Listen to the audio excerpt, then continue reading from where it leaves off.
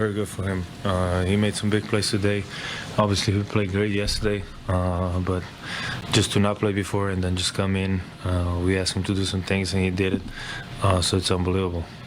How did the groin feel for you? It's okay. Not bad. Do you think it's something that you're just going to kind of have to deal with for a little bit, or? Deandre, for people that aren't familiar with you and your game, can you just kind of sum up what you bring to both? Historic performance.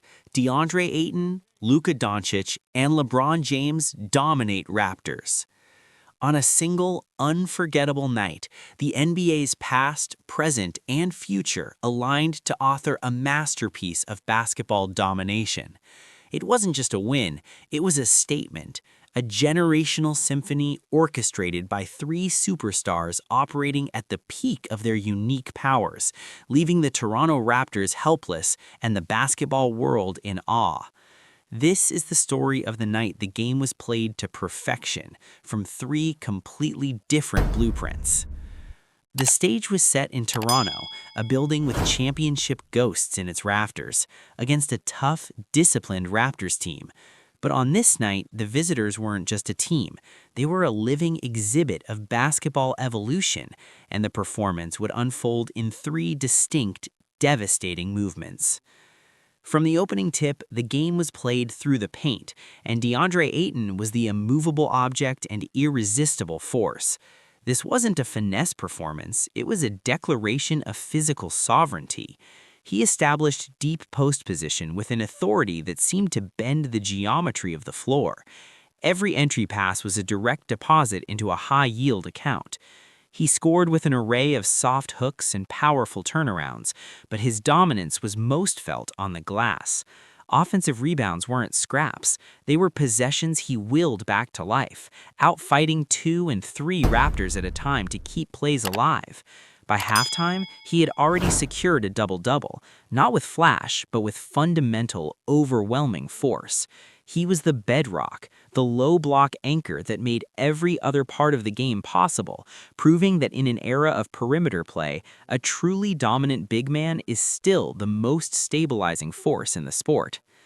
If Ayton controlled the paint, Luka Dončić conducted the entire half-court orchestra. His performance was a clinic in preternatural basketball intellect. He wasn't just beating defenders, he was humiliating their defensive schemes. The Raptors threw everything at him: switches, traps, aggressive closeouts. He dissected it all with a maddening, slow-motion precision. He used his body not for explosive speed, but as a shield, backing defenders down before whipping no-look passes to corners they didn't know were open. His step-back three was falling, but it was his passing that was art. He found cutters with telepathic timing, hitting them in stride for easy layups. He manipulated defenders with his eyes and a series of hesitations and feints, creating openings that existed only in his mind a second before the ball arrived. His stat line was a triple-double in the making, but the numbers couldn't capture the demoralizing effect he had on a defense that prides itself on being one step ahead. Against Luka, they were always 2 steps behind. And then there was the maestro of it all, LeBron James. His performance was one of timeless, surgical control. This wasn't the explosive, rim-rattling LeBron of 2012. This was the CEO version, managing the game with an omnipotent calm. He picked his spots with ruthless efficiency. When the Raptors threatened to run, he would isolate, take 2 powerful dribbles, and rise for a fading jumper that barely rustled the net. He orchestrated the offense without dominating the ball, directing traffic and delivering passes with pinpoint, simple brilliance. Defensively, he was a step ahead, calling out sets, jumping passing lanes for easy breakaways, and using his strength to swallow up smaller players in the post. He was the connective tissue between Ayton's force and Luka's creativity, the steady hand that ensured the symphony never lost its rhythm. He played the game not as a participant, but as its architect, proving that his greatest weapon, even now, is not his athleticism, but his mind. Together, these 3 stars, the force, the genius, and the maestro, were writing a historic night, one breathtaking possession at a time. Conversation. Yeah, it's the biggest opportunity I can say of my career. Some people say it's my last leg. Some people say it's my last chance. well, it's the opportunity that I can say I'm truly not going to take for granted. And, it's almost like a wounded animal. I feel all the tension, and I know where I'm at. I've been in the gym every day. And like I said, I'm somewhere where it counts now, and I'm happy that Jokic had 20 rebounds. That's 10 offensive rebounds, 10. That's insane. Yeah, that's insane. And 10 assists. I did not know that. That's amazing. Yep, maybe MVP. As the final buzzer sounded, the scoreboard told a story of utter demolition. But the true magnitude of the historic performance was woven into the individual stat lines, a tapestry of numbers so gaudy and complete they read like fiction. Deandre Ayton finished with a monstrous 32 points and 21 rebounds, 9 of which were offensive. He shot an efficient 14 of 18 from the field, a testament to his shot selection and dominance in the restricted area. His presence translated to a team rebounding advantage of plus 19. This wasn't just a big game, it was a throwback, paint-controlling masterpiece that served as the night's foundation. Luka Dončić crafted a quintessential Luka masterpiece, 38 points, 14 assists, and 10 rebounds for his triple-double. He shot 12 of 22 from the field and 6 of 11 from three-point range. But the assists were the story. Each one a dagger, a demonstration of vision that left the Raptors' defense scrambling and his teammates with wide-open looks. He had 0 turnovers in the second half, a statistic of control as impressive as any flashy pass. LeBron James, in what might be called a quiet historic night by his standards, delivered a masterclass in efficiency and all-around impact. 26 points, 11 assists, 8 rebounds, 3 steals, and 2 blocks. He shot 10 of 15 from the field and a perfect 4 of 4 from the free throw line. His plus-minus of plus 31 was the highest on the team, a telling metric that highlighted his role as the stabilizing force who governed the game's flow and ensured the dominance never wavered. Collectively, the trio combined for a staggering 96 points, 46 rebounds, and 35 assists. They accounted for over 75% of their team's total points and assists. The Raptors, a proud defensive team, had no answer. They tried single coverage, doubles, zone schemes. Nothing disrupted the rhythm of these 3 stars operating in perfect, unselfish harmony. The numbers weren't just stats. They were evidence of a perfect basketball storm. I think our shooting was not great, obviously. I thought that we were getting good looks. I thought that also we had more opportunities to get even better looks, to make some simple reads and simple passes. We were hesitant with the ball. We did not allow ball to go quickly. We had spurts when we did that, and our offense looked really good in those moments. To me, teams are afraid to take chances on somebody like a Luka. For the Toronto Raptors, a franchise built on defensive identity, length, and disruptive switching, this night was a humbling lesson in the limits of scheme against transcendent talent. It was a chess match where their opponent was playing with 3 queens. They entered with a plan. On Ayton, they intended to front the post and send timely doubles, forcing him to pass out. But Ayton's sheer size and footwork made fronting him a physical impossibility. And his soft hands and improved patience meant the doubles often arrived a half-second too late, resulting in an and-one opportunity or a crisp kickout to an open shooter. Their rebounding effort, usually a strength, was overwhelmed by his sheer physicality and relentless pursuit. Their strategy for Luka was to throw multiple bodies, to be physical, to try and wear him down. But Luka's genius lies in his pace. He refused to be rushed. He accepted the physicality, used his strength to create space, and then, with defenders leaning on him, he would deliver a pass they never saw coming. Trapping him only created wider openings for his teammates, as he'd casually lob the ball over the double team to a rolling Ayton or a cutting wing. His ability to shoot over the top of any defense made playing off him a non-starter. And against LeBron, they were simply outthought. They tried putting smaller, quicker defenders on him to bother him, but he simply posted them up. They tried bigger forwards, and he orchestrated the offense from the perimeter, directing traffic and exploiting mismatches elsewhere. His defensive plays, the steals, the weak side rotations, were often the result of him diagnosing the Raptors' sets before they even developed. There was no adjustment to make. No timeout could solve the problem of facing three different, yet perfectly complementary, apex predators at the peak of their powers. The Raptors weren't beaten by a system. They were defeated by individual brilliance that was amplified by unselfishness.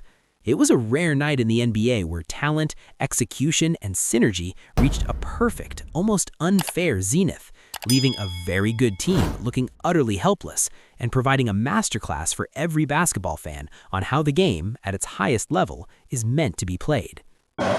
You and LeBron had a lot of two-man action in the fourth quarter. What kind of chemistry are you guys finding with each other to just make sure that the team gets a good shot? Great. That's how we got to close games down. We were down, 4, I think, something like that in the fourth quarter. We came back 1 by 6. That's what we got to do. We got to close out games between me and Bro. But I think Jake was amazing today. Dia was good. So props to everybody. Unselfish extra socket. Come on, bro. Dang! That was a 3. Hold on, they're saying his foot was on the line. Obama! Blue! The true magic of the historic night wasn't just in the individual brilliance, but in the seamless, almost poetic harmony of three wildly contrasting styles. It was a basketball Venn diagram where three distinct circles overlapped perfectly in the center of victory. Deandre Ayton's game is physics. It's about mass, leverage, and fundamental angles. LeBron James's game, especially at this stage, is advanced calculus. It's about spatial awareness, predictive analysis, and energy conservation. On this night, they spoke the same language. LeBron, recognizing Ayton's deep seal, would deliver a simple high-entry pass at the perfect moment, a play that requires less flash but immense trust and timing. In return, Ayton's gravitational pull in the paint opened driving lanes for LeBron, who would knife through them not with youthful explosion but with veteran guile, knowing the defense was collapsed on the big man. Their synergy was a silent dialogue of cause and effect. Then there was the interplay between unpredictability and stability. Luka Dončić's artistry is built on chaos, beautiful, controlled chaos. He creates advantages out of nothing, breaking plays to make better ones. LeBron's role was to be the chaos regulator.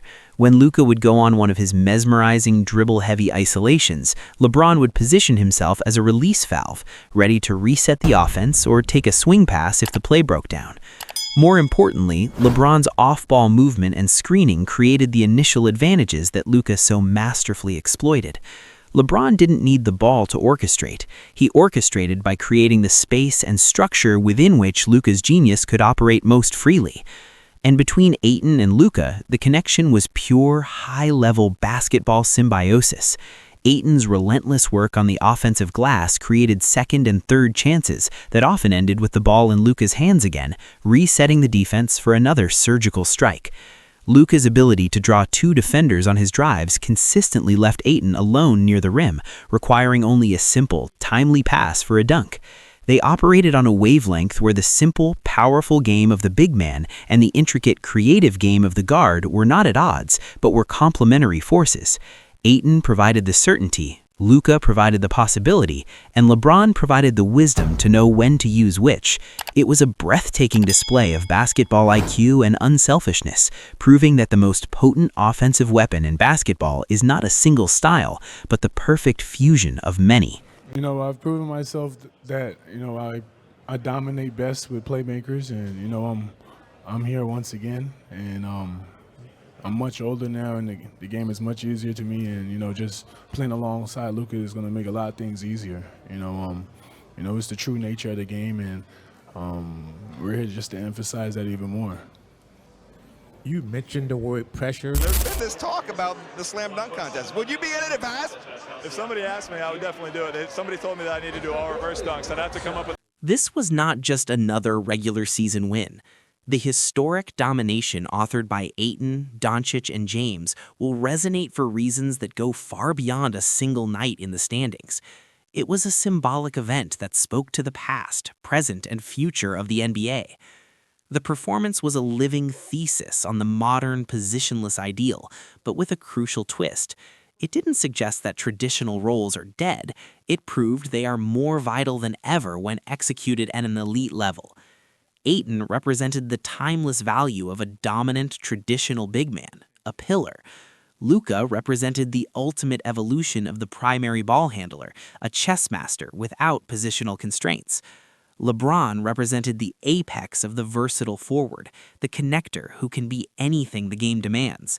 Together, they showed that the future of basketball isn't about 5 players doing the same thing, but about 5 specialists, each a master of a different discipline, playing in perfect, unselfish concert. On an individual level, the ramifications were profound. For Deandre Ayton, this was a career-defining signature win. On a national stage, alongside 2 global superstars, he was not a sidekick. He was a central, irreplaceable pillar. It answered questions about his motor and his ability to dominate in a big game setting, elevating his profile from promising young big to legitimate game-wrecking force. For Luka Dončić, it was another chapter in his rapidly filling book of genius, but this one highlighted his ability to share the spotlight and amplify others' greatness without diminishing his own. For LeBron James, it was a powerful reminder that his value transcends athleticism. In a game where he was arguably the 3rd most explosive scorer, he was the most important player, the steady hand guiding 2 younger superstars to a historic peak. It reinforced that his basketball IQ and leadership are now his superpowers, capable of elevating any ensemble to a masterpiece. For the NBA audience, the night served as a rare gift, a glimpse of basketball perfection. In an era often criticized for isolation play, load management, and transactional drama, this was 3 hours of pure, unadulterated, selfless artistry. It was a reminder of why we watch, to see the impossible made routine, to see individual greatness multiplied by teamwork, and to witness history unfold in real time. It set a new standard for what offensive synergy can look like, a benchmark that will be referenced for years to come whenever stars share a court.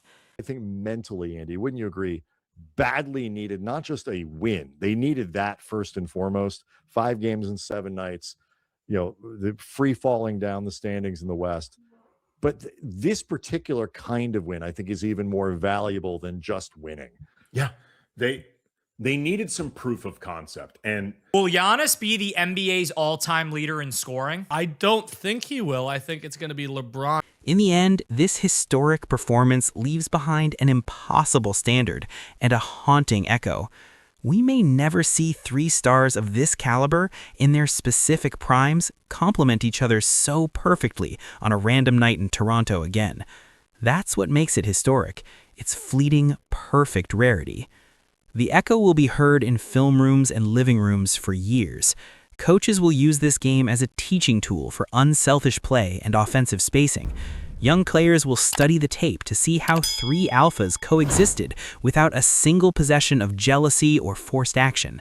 Fans will remember where they were when they saw it, the way previous generations recall Willis Reed limping onto the court, or Jordan's flu game, or Kobe's 81. It enters that pantheon of regular season performances that feel larger than the schedule, moments that define an era's potential. For Ayton, Luka, and LeBron, their careers are now forever linked by this symphony. No matter where they go, what championships they win separately, this night will be a footnote of glorious shared dominance. It proves that in basketball, the whole can be astronomically greater than the sum of its parts, even when those parts are already among the best in the world. They didn't just dominate the Raptors.